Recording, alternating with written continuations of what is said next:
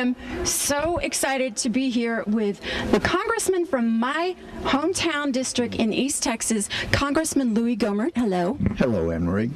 Always good to be with you. I know. The last time I saw you, we were getting rained on in Washington, D.C. In court, between the Supreme Court and the Capitol. That's right. That's right. Yeah. I have to say, I'm not real crazy about politicians these days. Me either. Good. A lot of us on our side are really, really, really upset with people that aren't speaking out, but you are not one of those. So I'm going to bring up something that you said on the Dennis Miller show. You and Michelle Bachmann and all these amazing patriots stood up for us. You asked for an investigation into the 6 people in the White House who have ties, possibly have ties to the Muslim Brotherhood. Well, right. We sent 5 separate letters, and there were 5 different letters to 5 different department heads, inspectors general, asking them to look at the influence of the Muslim Brotherhood in their department. They're part of the administration. A very simple question. We set out facts in each letter. They're indisputable. The things we set out can't be disputed. They're fact. And yet nobody wanted to actually look at what we said. They immediately began to hurl insults when they hadn't even read the letters. So that does get pretty frustrating when they're coming from people from our own side. Like John McCain, who you said on the Dennis Miller show, you didn't call him in particular a numbnuts, but you did say, you threw that word in there for the people that were criticizing you guys when you were just trying to do your job, right? Exactly. And what I did refer to is people who were criticizing us without... Like John McCain? Without having ever read the letters we wrote. So I wanted them to read, but I said if those numbnuts would just read the letters we wrote, then they would understand better and they would realize that the things they were alleging about us were not true. And it's really not fair to have used that term. I don't know if they're numb or not, but they should have read the letters. It's almost like they're hiding something or they don't want something to be found out. Is that what you're thinking? No, I think it is more in Washington the desire to be loved. Tolerant. You want to be seen as tolerant and caring. Everybody wants to be seen as caring. Well, even about the Muslim Brotherhood. Well, I care more about the country than any other specific group. And so, you know, this word Islamophobia, it gets tossed about toward anybody that raises an issue over inappropriate Muslim Brotherhood influence. So, you look at the origin of the word Islamophobia, it came from the Organization of Islamic Council. They have spent millions and millions of dollars giving to Ivy League schools, to a lot of different universities, if they'll just teach a course on Islamophobia, do seminars on Islamophobia. They've got the media, eaten out of their hands now, when actually there's still some very important questions that need to be asked. Do you believe that Sharia law should prevail over the Constitution? That would be a good question for John Brennan.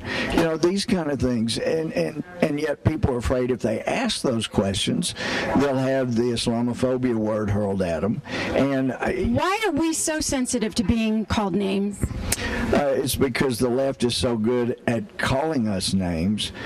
It's just human nature. You want to be liked. You want to be appreciated. And so the left has figured that out. They hurl enough insults our way and say they're on the moral high ground, when actually they're hurling their insults from a swamp, not the moral high ground. So we just got to recognize the source, as my late mother used to say. Just look at the source and of the insults and consider that. It seems like a large group of the general population does not see Islam as a threat. They think it's a right-wing conspiracy theory. Is Islam a threat in America? I know that in Missouri, CARE is trying right now to pass a law that if someone insults Islam on the internet, that they can use Sharia law. Is this a threat, or is this a right-wing conspiracy? Islam is not a threat to our country for those who want to live and let live, who do not want to impose their brand of Sharia law that requires that you avoid saying anything insulting about Sharia law.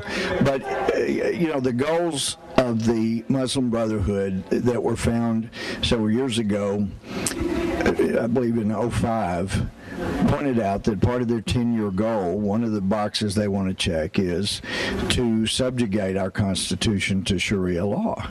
So as soon as they get the American people to accept that you cannot say anything insulting about Islam, then they get to check the box, because you can insult Christianity, you can put a cross in a beaker of urine, you can use Jesus' name in all kinds of horrible ways, you can burn a Bible, you can burn a United States flag, and those are all acceptable under the Constitution. So the moment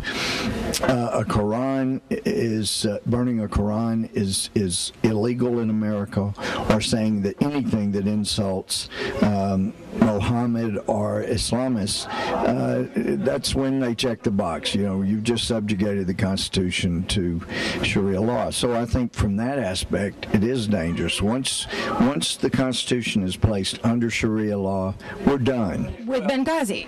No, they weren't saying that about the film. The film had nothing to do with Benghazi. Right. It had nothing to do with Benghazi. Why were they saying it did then, after they knew that it didn't? Well, that was because they had an election coming up. And to have said that Al-Qaeda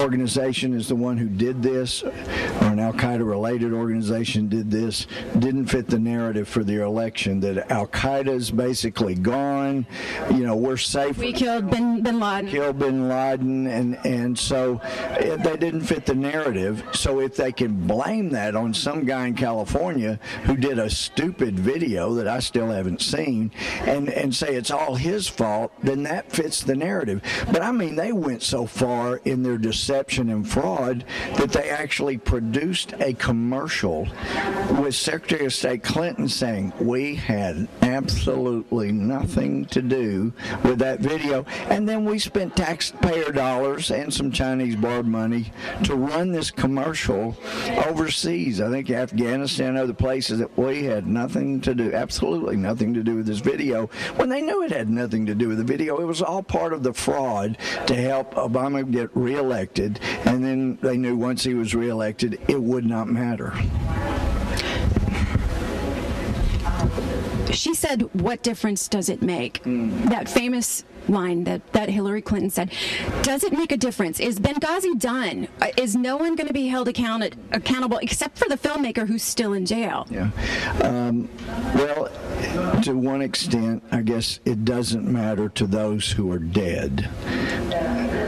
To their families, then. What difference does it make? Well, if you're dead, it doesn't make a difference. But to the families of those who were killed, and especially to the families of those who will be killed in the future if we fail to learn the lessons that we haven't so far learned, it does make a difference. If we can, the only way we prevent future things like this happening is if we learn the lessons. Where did we go wrong? Where did we fail? And then we fix them for the future. But they still won't investigate what you guys have uncovered. Well, are they going to? Not only will they not investigate, they will not allow us to even know who the people were that were there. Let us at least talk to the people that are there. This cover-up is worse than anything that Watergate ever involved. These people will not, at least in Watergate, you could find out who this person was. Woodward and Bernstein went and talked to these people. Sometimes they'd say, we can't even find out the identity of the people involved so that we can talk to them and find out what went wrong, what really happened.